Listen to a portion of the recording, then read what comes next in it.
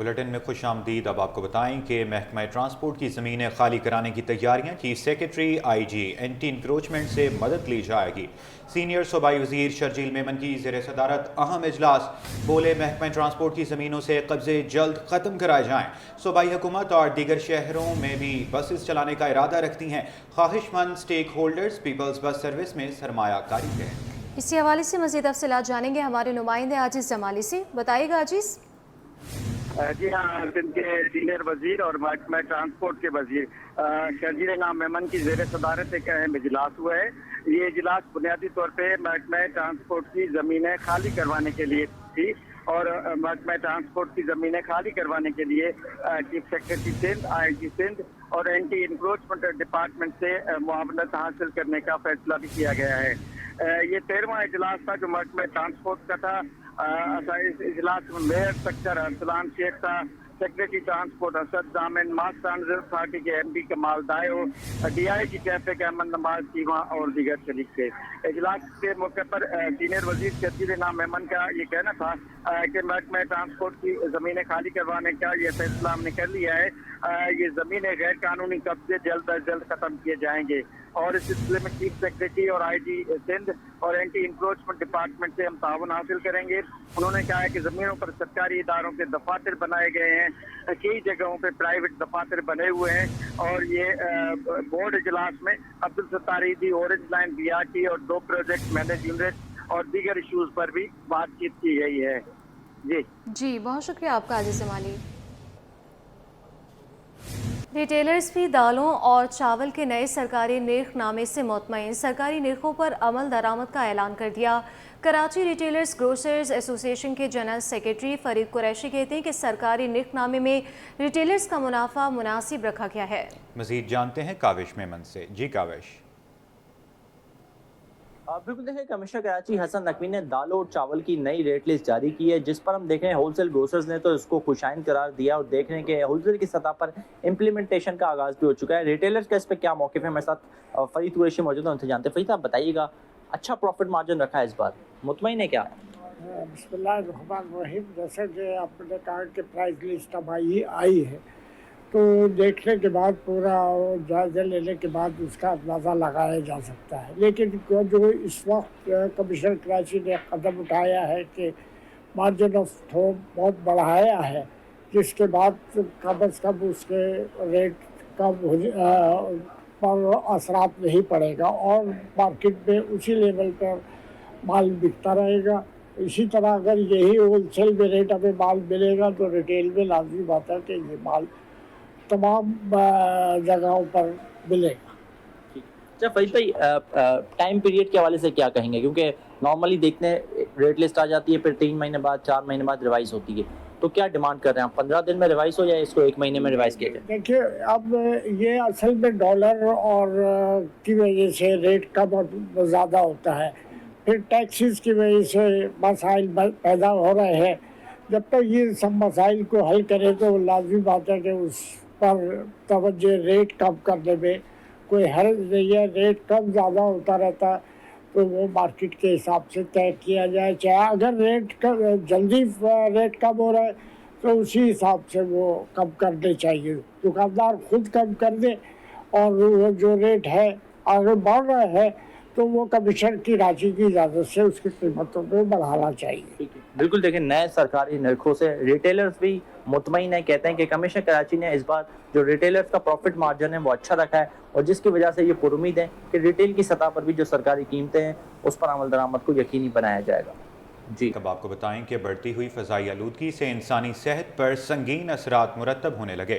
Doctor ظفر فاطمی کہتے ہیں کہ فضائی آلودگی سے بچوں کی عمر کی حد میں 5 سال کمی ہوئی ہے، جبکہ مجموعی طور پر پاکستان میں عمر میں 3.5 سال کمی ہوئی ہے۔ تفصیلات جانیں گے میر کیریو سے۔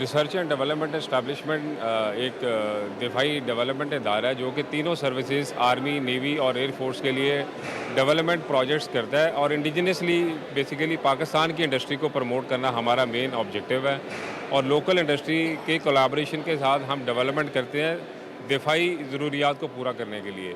یہ فری فال سیمولیٹر جو ہے اسپیشلی یہ پاکستان پیرا اسکول جو کہ پیرا ٹروپرز جمپ کرتے ہیں ان کی ٹریننگ کے لیے ڈیولپ کیا گیا ہے، اور ان کی ضرورت کو مد نظر رکھتے ہوئے چونکہ پاکستان میں یہ والی فیسلٹی اویلیبل ہی نہیں تھی، پہلے ان کو ساری اپنی جتنی بھی ٹریننگ تھی وہ ایکچوئل پلین کے اندر ہی کرنی پڑتی تھی اور ہوا میں، جو کہ بیسیکلی جس میں لائف رسک بھی انوالو ہے، اور عرصہ دراز سے ایک ضرورت محسوس کی جا رہی تھی کہ ایک ایسا سسٹم بنایا جائے جس سے ان کو انڈور وہ ٹریننگ کی اپنی جو ایکچوئل ٹریننگ ہے اس کو سیمولیٹ کر لیں یا ریپلیکیٹ کر لیں ایک ایسے طریقے سے جس میں ان کے سیفٹی فیکٹرز کو مد نظر رکھا جا سکے اور ان کی ٹریننگ کی ضروریات کو بھی پورا کیا جا سکے۔ طاہر صاحب تھے، یہ ڈپٹی ڈی جی ہیں اس RDE کے۔ جیسے انہوں نے بتایا کہ یہ سیمولیٹر انہوں نے یہ پاکستان میں پہلے نہیں ہوتا تھا، اسٹیبلش کر لیا ہے انہوں نے، اور یہ انہوں نے جیسے فوکس بھی کیا کچھ شہروں کو، جو بڑے شہر ہیں ملک کے ان کو انہوں نے فوکس کیا۔ یہ ریسرچ اور ٹریننگ کے ساتھ ساتھ جنگی حالات میں اپنے لوگوں کو تیار بھی کرتے ہیں۔ جی اب آپ کو بتائیں کہ Rufaida Hamdard college of nursing میں 2 روزہ international nursing conference England, Malaysia, Australia, امریکہ کے اسکالرز نے تحقیقی پیپرز پیش کیے۔ کانفرنس میں NICVD، ڈاؤ، دیگر کالجز کے طلباء اور اساتذہ نے شرکت کی۔ روسی سفیر کی نرسز کے لیے جاب کے مواقع فراہم کرنے پر بات چیت بھی کی گئی۔ پارلیمنٹیرین مہتاب اکبر راشدی نے ہمدرد کالج آف نرسنگ کی تعریف کی ہے۔ مزید تفصیلات جانتے ہیں ابراہیم رند سے۔ جی ابراہیم بتائیے گا۔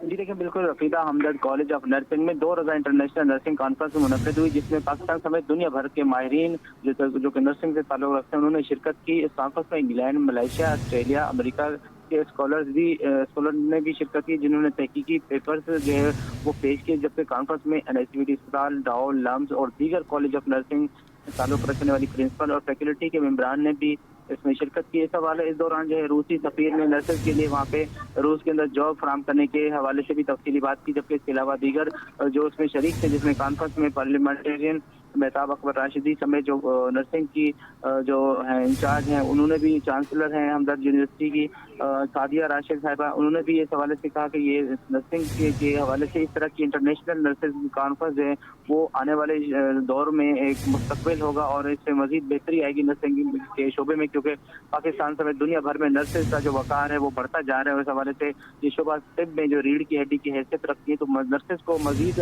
بہتر سے بہتر سہولیات بھی فراہم کی جائیں، اور اس طرح کی انٹرنیشنل نرسز کانفرنس کا انعقاد کا سلسلہ جاری رہنا چاہیے، تاکہ دنیا بھر کی نرسز یہاں سے کچھ چیزیں جو اپنے شیئر کریں ہمارے ساتھ، اور یہاں کی جو نرسز ہے وہ وہاں کی ہیلتھ کے حوالے سے شیئر کریں، اس حوالے سے جو کہ شعبہ طب میں مزید بہتری لائی جا سکے گی۔ جس سے جی ابراہیم رند اپڈیٹ کرنے کے لیے بہت شکریہ۔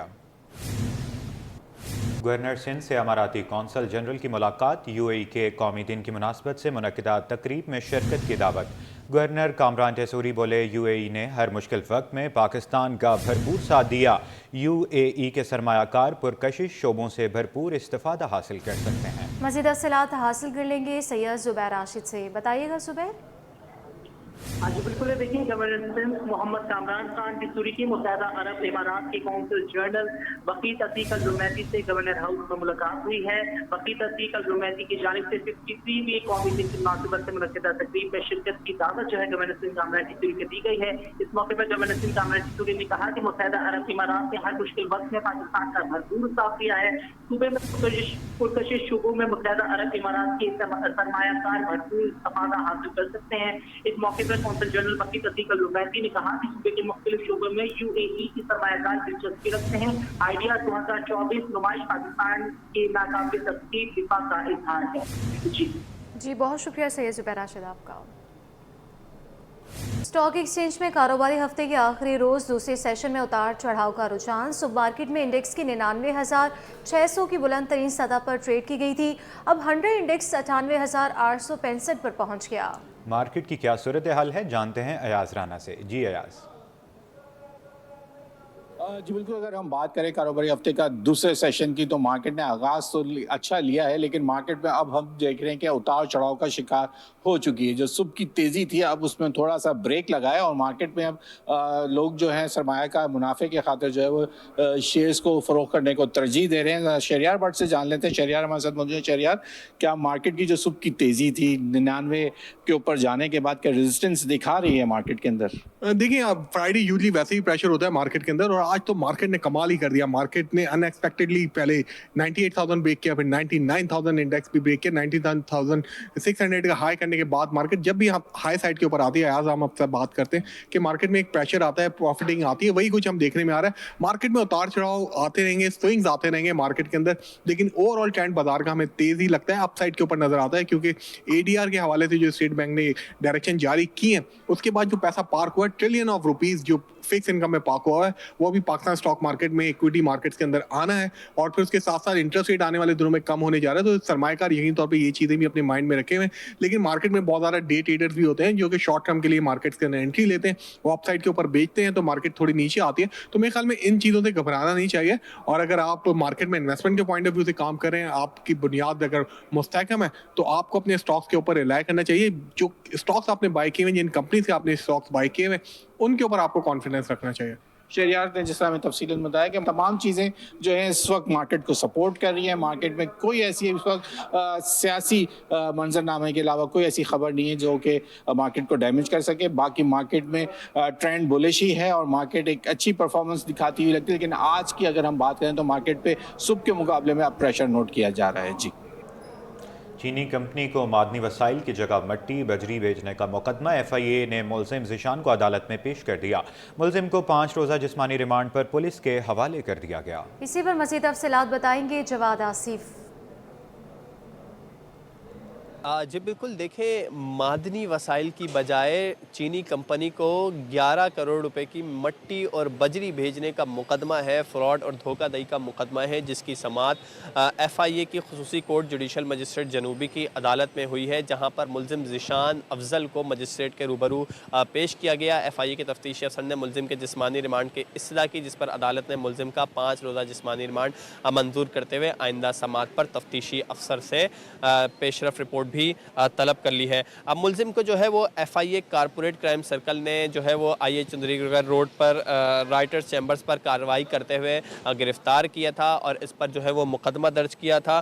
مقدمے کے مطابق جو ہے وہ چینی کمپنی کی جو امپورٹس قرائن چین کی شکایت پر یہ مقدمہ درج کیا گیا تھا۔ معاہدے کے تحت پاکستانی کمپنی نے جو ہے 1500 میٹرک ٹن کروم اور وہ ایکسپورٹ کرنا تھا، تاہم 11 فروری کو جو کراچی بندرگاہ سے چائنا بندرگاہ جو کنٹینر بھیجا گیا تھا، اس میں کروم اورے کی جگہ جو ہے وہ مٹی اور بجری جو ہے وہ بھر دی گئی تھی اور وہ بھیجی گئی تھی، فراڈ کیا گیا تھا، جس کے بعد شکایت پر یہ مقدمہ درج ہوا تھا۔ ملزم کو گرفتار کیا F I A corporate crime circle نے اور اسے عدالت میں پیش کیا۔ جی، سندھ ہائی کورٹ نے کورٹ رپورٹرز کی درخواست منظور کر لی۔ کورٹ رپورٹرز اب اوپن کورٹ میں صحافتی خدمات انجام دے سکیں گے۔ مزید تفصیلات جانتے ہیں اپنے نمائندے ممتاز جمالی سے۔ جی ممتاز۔